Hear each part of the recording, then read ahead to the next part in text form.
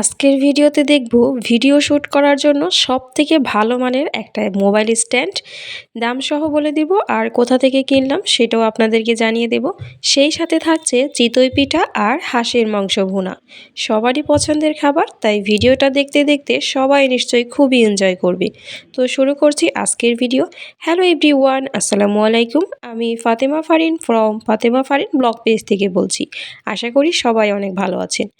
চিতই পিঠা তৈরির জন্য আমি সব সময় এভাবে প্রস্তুত প্রণালীটা করে থাকি। আজকে আপনাদের সাথে শেয়ার করলাম। এভাবে পিঠা তৈরি করলে চোখ বন্ধ করে পিঠা তৈরি করতে পারবেন, একদমই নষ্ট হওয়ার কোনো সম্ভাবনাই থাকবে না। হাঁসের মাংস তৈরির জন্য আগে থেকে প্রিপেয়ার করে নিয়েছি, আর আজকে হাঁসের মাংসের মধ্যে আমি রসুন দিয়েই রান্না করব। আমার শাশুড়ি মা ওইদিকে রান্নাটা বসিয়ে দিয়েছে। পেঁয়াজ, মরিচ এবং খুব ভালোভাবে মশলাগুলোকে ভেজে কষিয়ে নিতে হবে। হাঁসের মাংসটা যত বেশি কষানো হবে খেতে কিন্তু ততই সুস্বাদু হবে।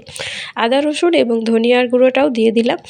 এবারেও কিন্তু খুব ভালোভাবে কষিয়ে নিচ্ছি। কষানো হয়ে গেলে বুঝবেন যে ওপর দিয়ে এভাবে তেল ভেসে উঠবে, তখনই বুঝতে হবে যে কষানোটা হয়ে গেছে। এই পর্যায়ে মাংসটা দিয়ে দিচ্ছি। মাংসটাও কিন্তু আগে থেকে খুব ভালোভাবে ধুয়ে পরিষ্কার করে নিতে হবে। হাঁসের মাংস বেছে নেওয়াটা কিন্তু অনেক ধৈর্যের কাজ। এই হাঁসটার মধ্যে অনেক লোম ছিল, যেটা পরিষ্কার করতে আমাদের 2 ঘন্টার মতো সময় লেগেছে। তারপরেও কেয়ার করা, যখন খেতে মজা হবে কষ্ট তো একটু করতেই হবে। তো সুন্দর করে রান্না করার পর যখন তৃপ্তি করে খাওয়া যাবে তখন আর সেই কষ্টের কথা মনেই থাকবে না। এই তো এখন হাঁসের মাংসটাকেও খুব ভালোভাবেই কষিয়ে নিচ্ছি। মাংসের মধ্যে আলু খেতে আমার অনেক বেশি ভালো লাগে, তাই অল্প কয়েকটা আলু তেলে ভেজে নিয়েছি। এটা পরবর্তীতে রান্নার মধ্যে দিয়ে দিব। এই যে হাঁসের মাংসের মধ্যে আলুটাকে দিয়ে এবার ঝোল দিয়ে বসিয়ে দিলাম। যেহেতু চিতই পিঠা দিয়ে খাবো, তাই আজকে একটু ঝোল ঝোল করে মাংসটা রান্না করব। তার জন্য আরও একটু পানি দিয়ে দিলাম। এবার রসুন দিয়ে দিব, তারপর ঢাকনা দিয়ে ঢেকে মাংসটাকে সিদ্ধ হওয়ার জন্য অপেক্ষা করব। অন্য একটা চুলায় আমি চিতই পিঠা তৈরির কাজে লেগে পড়েছি। চিতই পিঠার গুঁড়িটা আমি আগে থেকেই কাঠখোলায় ভেজে, মানে তেল ছাড়া ভেজে ভিজিয়ে রেখেছিলাম কুসুম গরম পানি দিয়ে। এবার সেটা দিয়ে চিতই পিঠা তৈরি করছি। চিতই পিঠা তৈরির প্রস্তুতটা কিন্তু আমাদের একদমই অথেন্টিক পদ্ধতিতে। এখানে আধুনিক পদ্ধতির মধ্যে শুধু গ্যাসের চুলাটাই ব্যবহার করা হয়েছে। আমরা এখনও মাটির হাঁড়িতেই চিতই পিঠা তৈরি করি। গ্যাসের চুলায় এত সুন্দর চিতই পিঠা হয় সেটা কিন্তু নিজের চোখে না দেখলে আসলে বিশ্বাসই করা যায় না। কয়েকদিন আগেও কিন্তু আমি চিতই পিঠা তৈরি করতে পারতাম না। তারপর এই পদ্ধতিটা অবলম্বন করে এখন আমি অনায়াসেই চোখ বন্ধ করে পিঠা তৈরি করতে পারি।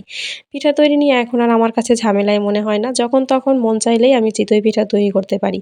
আর এই যে মাটির হাঁড়িটা দেখতে পাচ্ছেন বা পাত্রটা, এটা কিন্তু চিতই পিঠার পাত্র নয়, এটা হচ্ছে রুটি সেকার পাত্র। আর এটার মধ্যে আমি রুটিও সেকি, আবার সেই সাথে চিতই পিঠাও তৈরি করি। মাশাআল্লাহ, আজকের পিঠাগুলো কিন্তু অনেক সুন্দর হয়েছে। আপনাদের কাছে কেমন লেগেছে অবশ্যই কিন্তু কমেন্ট করে জানাবেন। পিঠা তৈরি হতে না হতেই আমাদের খাওয়া শুরু হয়ে গেছে। চিতই পিঠা গরম গরম খেতেই কিন্তু বেশ ভালো লাগে। আজকে দুধ চিতই পিঠা তৈরি করব না, শুধুমাত্র হাঁসের মাংস দিয়ে খাবার জন্যই চিতই পিঠা তৈরি করছি। এই যে আজকে রেডি করে নিয়েছি চিতই পিঠা। এই মুহূর্তে যে যেখানে বসে আমার এই ভিডিওটি দেখছেন সবার কাছেই রইল পিঠা খাওয়ার দাওয়াত। শীতের সন্ধ্যায় গরম গরম হাঁসের মাংসের সাথে ধোয়া ওঠা চিতই পিঠা খাওয়ার জন্য সবাইকেই আমন্ত্রণ জানাচ্ছি। পিঠা খাওয়ার আয়োজন তো শেষ হলো, এবার চলে যাচ্ছি মেন পয়েন্টে। আজকে আপনাদের দেখাবো ভিডিও শ্যুট করার জন্য সবথেকে ভালো একটা মোবাইল স্ট্যান্ড, যে একটা স্ট্যান্ড দিয়ে আপনার ছোট বড় মিডিয়াম 3টা স্ট্যান্ডের কাজ করে নিতে পারবেন। এটা হচ্ছে মানিকগঞ্জ টাউন, এই প্লাস ফার্মার ঠিক অপোজিটে। এই দোকানটা অনেকেই চেনেন না, কারণ দোকানটা একদম রাস্তার থেকে অনেকটাই ভেতরে, যার কারণে দোকানের লোকেশনটা আপনারা না দেখলে হয়তো বুঝতে পারবেন না। আমি পুরো দোকানটাই ঘুরে আপনাদের দেখিয়ে দিচ্ছি। এখানে আসলে কিন্তু আপনারা রিংও পেয়ে যাবেন এবং আরও সাথে সাথে নানা রকমের ইলেকট্রিক আইটেম পেয়ে যাবেন।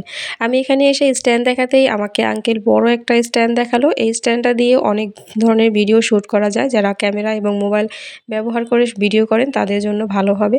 তবে এই ধরনের বড় একটা স্ট্যান্ড অলরেডি আমার বাসায় আছে, যার কারণে আমি আর এই স্ট্যান্ডটা দেখছিলাম না, আমি অন্য একটা স্ট্যান্ড নিতে এসেছি। একটা মিডিয়াম সাইজের স্ট্যান্ড নিলে আসলে ছোট বড় মিডিয়াম 3টা কাজই করা যায়। এই যে এই স্ট্যান্ডটা হচ্ছে সবথেকে পারফেক্ট একটা স্ট্যান্ড। এই স্ট্যান্ড দিয়ে আপনারা যে কোনো ধরনের ভিডিওই শ্যুট করতে পারবেন মোবাইল দিয়ে। আর এটাকে ছোট বড় করা যায়, যার কারণে বসাতেও অনেক বেশি ইজি হয়। আর এই স্ট্যান্ডটার দাম কিন্তু মাত্র 180 টাকা। তারা 200 টাকা দাম চাইলেও 20 টাকা কমিয়ে তারপর আপনারা নিতে পারবেন। আমি অনেকের ভিডিও দেখেছি এই ধরনের স্ট্যান্ড দিয়েই তারা ভিডিও শ্যুট করে। আমার কাছেও এই ধরনের স্ট্যান্ডগুলো অনেক ভালো লাগছিল, বাট আমি খোঁজাখুঁজি করে কিছুতেই পাচ্ছিলাম না। তবে অনেক দিন পর এই দোকানটাতে আমি এই স্ট্যান্ডটার সন্ধান পাই, যার কারণে আমি খুব তাড়াতাড়ি স্ট্যান্ডটা নিয়ে নিই। আমার অলরেডি বাসায় স্ট্যান্ড থাকা সত্ত্বেও এই স্ট্যান্ডটা আমি কিনে নিলাম, কারণ এই ধরনের স্ট্যান্ড দিয়ে ভিডিও শ্যুট করতে অনেক বেশি ভালো লাগে। এটা অনেক বেশি কমফোর্টেবল। তো আপনারা চাইলেও কিন্তু অনায়াসে এই স্ট্যান্ডটা নিতে পারেন।